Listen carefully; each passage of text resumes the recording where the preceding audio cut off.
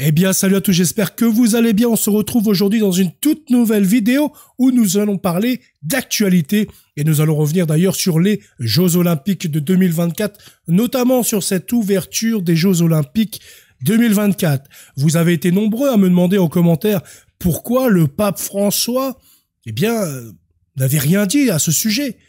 Et donc, j'ai peut-être des réponses à vous apporter. Et parce que en plus récemment, il y a eu un communiqué du Saint-Siège pour condamner cette ouverture. Donc c'est vrai que le pape a mis énormément de temps. Nous allons émettre des hypothèses du pourquoi en fait le pape François a mis autant de temps à répondre. Je pense qu'il y a des pistes quand même à observer puisque les gens pensent que le pape est au courant de tout, toujours, tout le temps. Il a des conseillers pour ça, il n'est pas la science infuse, il n'est pas Dieu, il n'est pas omniprésent et omniscient, donc du coup il lui faut du temps. Nous allons revenir là-dessus très rapidement. Vous avez vu là, j'ai fait le nouveau décor, j'espère que vous appréciez ce décor. Je vais essayer de faire des vidéos comme ça un peu plus souvent, au moins 2 ou 3 par semaine, pour parler un petit peu d'actualité. Dans la prochaine vidéo, je parlerai de la récente béatification d'un Libanais, d'un prêtre libanais. Mais dans l'immédiat, nous allons parler de cette condamnation des JO. Donc pour revenir un tout petit peu en arrière, là nous parlions donc, j'avais sorti une vidéo des Jeux Olympiques de 2024, donc la nuit où le blasphème, le sacrilège a eu lieu, comme dirait le père Viau, il dit que c'est un sacrilège, et il a raison, c'est un blasphème, un sacrilège si vous voulez. Donc j'avais exposé la vidéo, donc tout le monde se rappelle de cet événement qui a eu lieu durant l'ouverture des Jeux Olympiques. Et donc suite à ça, nous avions également eu un communiqué des évêques de France qui avait été très mollasson, très mou, très déplorable. C'était limite une insulte pour les catholiques de France, puisqu'ils avaient dit « Cette cérémonie a malheureusement inclus des scènes de dérision et de moquerie du christianisme, ce que nous déplorons très profondément. » Donc voilà ce que les évêques de France en avaient dit de cette cérémonie.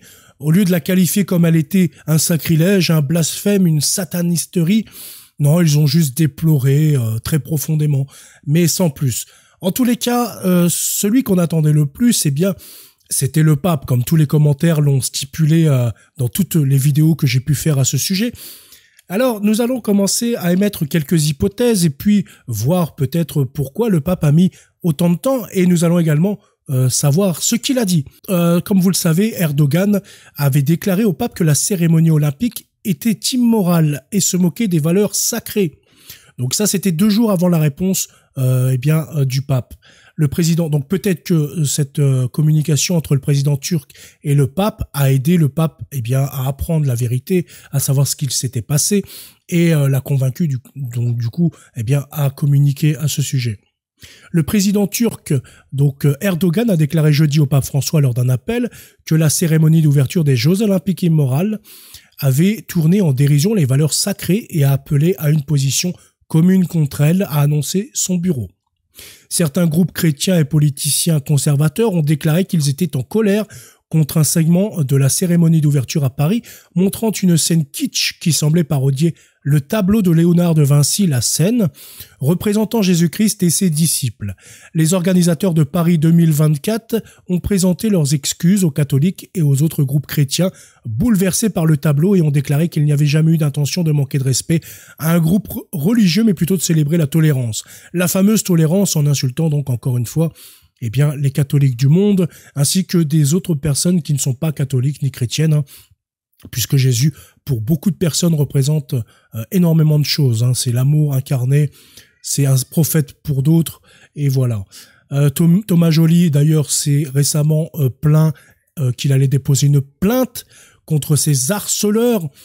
Il devait tout à fait s'y attendre de ce que cela soulèverait. Nous allons donc voir le communiqué.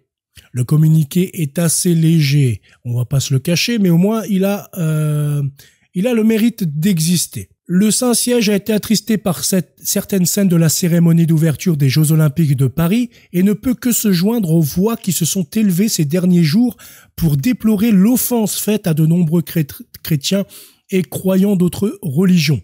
Dans un événement prestigieux où le monde entier se réunit autour de valeurs communes, ne devrait pas se trouver des allusions ridiculisant les convictions religieuses de nombreuses personnes. La liberté d'expression, qui évidemment n'est pas remise en cause, trouve sa limite dans le respect des autres. Donc voilà la réponse officielle du Saint-Siège, donc du pape François. Vous allez me dire que c'est très léger. Encore une fois, c'est un tout petit peu moins léger que celle de la conférence des évêques, mais ça reste tout de même assez mou, on va pas se le cacher. C'est pas une condamnation comme on voudrait qu'elle soit. On voudrait de la dureté un petit peu, on voudrait de la justice. On voudrait que la voix des catholiques du monde entier, se fasse entendre pour dire que, le chef s'oppose à tout ce satanisme, à toute cette dégueulasserie que l'on a pu voir. Mais dans tous les cas, voilà, le pape a dit ça. Au moins, il a dit quelque chose. Au moins, vous avez votre réponse. Tous ceux qui voulaient savoir si le pape avait réagi ou non, au moins maintenant, vous le savez. Donc, pourquoi d'après les catholiques, j'ai vu un petit peu sur Twitter quelques vidéos qui parlaient de ces hypothèses. Donc, quelles sont ces hypothèses qui peuvent être avancées sur le fait que le pape, il ait répondu tardivement. Certains évoquent l'influence externe. Par exemple, l'intervention du président turc Erdogan qui a contacté le pape 2 jours avant sa déclaration. Cela aurait pu être un déclencheur à cette réponse. Mais la question donc qui se pose, c'est est-ce qu'il a fallu attendre que des personnalités extérieures de l'Église catholique appellent le pape ou se scandalisent pour que cette réponse ait lieu? Ça, c'est la question que je vous pose. Et également, il y a une autre hypothèse, 2 autres hypothèses qui sont mises sur le tapis, c'est la communication interne au Vatican. D'après certains, il serait possible que les conseillers proches du pape filtrent toutes les informations qui lui parviennent. Donc c'est pour ça que parfois, ces conseillers, on le sait, ils sont proches du modernisme pour certains, ils sont assez gauchistes, et donc quand il s'agit de ce genre de choses, ils essaient de balayer ou alors de retarder cette information quand ces actualités sont conservateurs ou touchent à la tradition, etc. Donc cela soulève quand même dans toute façon des questions concernant l'entourage du pape François et puis la qualité des informations qu'il reçoit, puisque on peut se dire tout simplement que des conseillers filtrent comme on l'a dit. Donc ils filtrent l'information, c'est pour ça que le pape n'est pas au courant. Et il faut pas oublier également que le pape n'est pas forcément en connexion avec l'actualité. François avait déclaré également ne pas utiliser personnellement les réseaux sociaux ou Internet. D'ailleurs, vu son grand âge, on ne peut pas lui en vouloir. Vous prenez tous vos grands-parents, même si maintenant les nouveaux grands-parents sont assez connectés, on va dire, mais à l'époque du pape, Internet, tout ça, ils sont dépassés avec tout ça. S'utiliser d'un navigateur Internet, c'est complètement hors level pour un pape de son âge, ou pour même des personnes âgées de son âge. C'est pour ça qu'en fait, il n'est pas hyper connecté comme nous. Beaucoup ont tendance à dire oui, mais maintenant il y a Internet, etc. Oui, il y a Internet. Mais comme je le dis, le pape n'est pas omniscient, n'est pas omniprésent. Il ne passe pas sa vie sur Twitter, il ne passe pas sa vie sur les journaux, etc. Il doit gérer toute l'Église catholique du monde entier. Il doit gérer tous les problèmes, etc. Et donc, il est obligé de relayer. Il ne peut pas tout faire personnellement. Donc, c'est pour ça qu'il a des conseillers.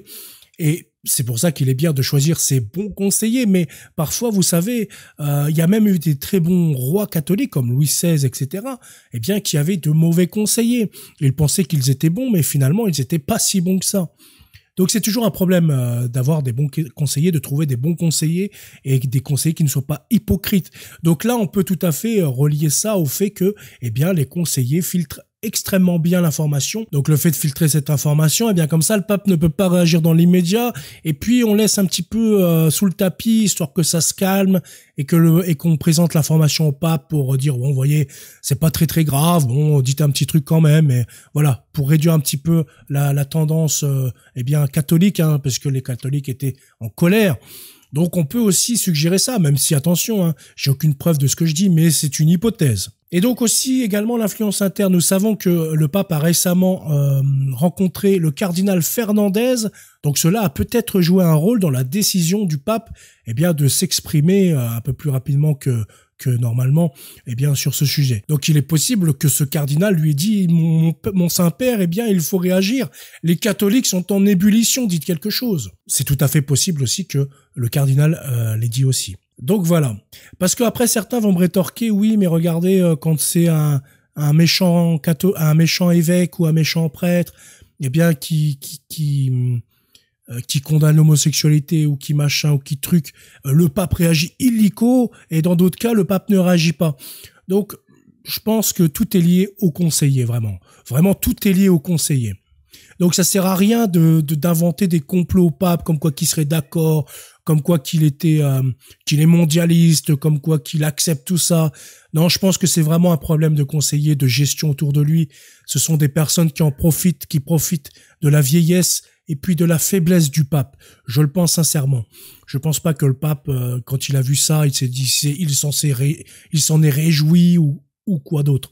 Ça me paraît impossible. C'est, je pense, et je le répète, c'est vrai, je me répète beaucoup, mais c'est le problème, ce sont les conseillers et tous ceux qui entourent le pape dans le Vatican.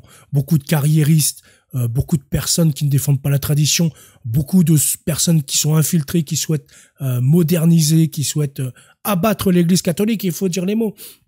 Malheureusement, voilà, il n'y a pas que des bons évêques, que des bons cardinaux, que des bons prêtres, que des bons conseillers. Eh bien, il y a également des mauvais, et ça depuis toujours, hein, ça date pas d'aujourd'hui, hein, ça date pas de Vatican II, il y en a toujours eu autour du pape. Hein. Voilà pour donc cette petite actualité concernant le communiqué du Saint-Siège. Si la vidéo vous a plu, n'hésitez pas à liker, à partager, ça nous aide énormément, je vous remercie et bientôt, salut.